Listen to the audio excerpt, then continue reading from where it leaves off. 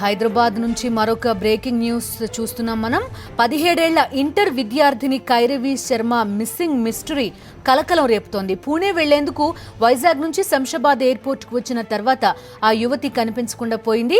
ఎన్నిసార్లు ఫోన్ చేసినా సమాధానం లేకపోవడంతో తండ్రైన నేవల్ ఆఫీసర్ అరవింద్ శర్మ పోలీసులకు ఫిర్యాదు చేశారు. పూర్తి సమాచారం మా కరెస్పాండెంట్ విక్రమ్ అందిస్తారు. విక్రమ్, చెప్పండి, పేరెంట్స్ కి ఎవరిపైనైనా అనుమానం ఉందా? ఎప్పుడు జరిగింది? బిందు ఈ నెల 14వ తేదీన ఇంటర్మీడియట్ చదువుతున్న విద్యార్థిని కైరవ శర్మ శంషాబాద్ ఎయిర్పోర్ట్ లో అదృశ్యమైంది. ఈ అమ్మాయి వైజాగ్ నుంచి పూణే బయలుదేరింది. వైజాగ్ నుంచి శంషాబాద్ ఎయిర్పోర్ట్ కు వచ్చిన కైరవ శర్మ పూణే వెళ్ళలేదు.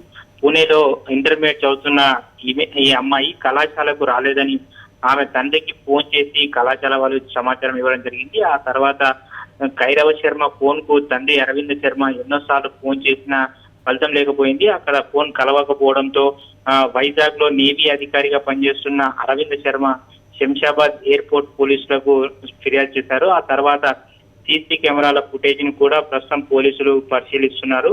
శంషాబాద్ ఎయిర్పోర్ట్ నుంచి కైరవ శర్మ ఎక్కడికి వెళ్ళింది అనే కోణంలో కేసు దర్యాప్తు చేస్తున్నారు.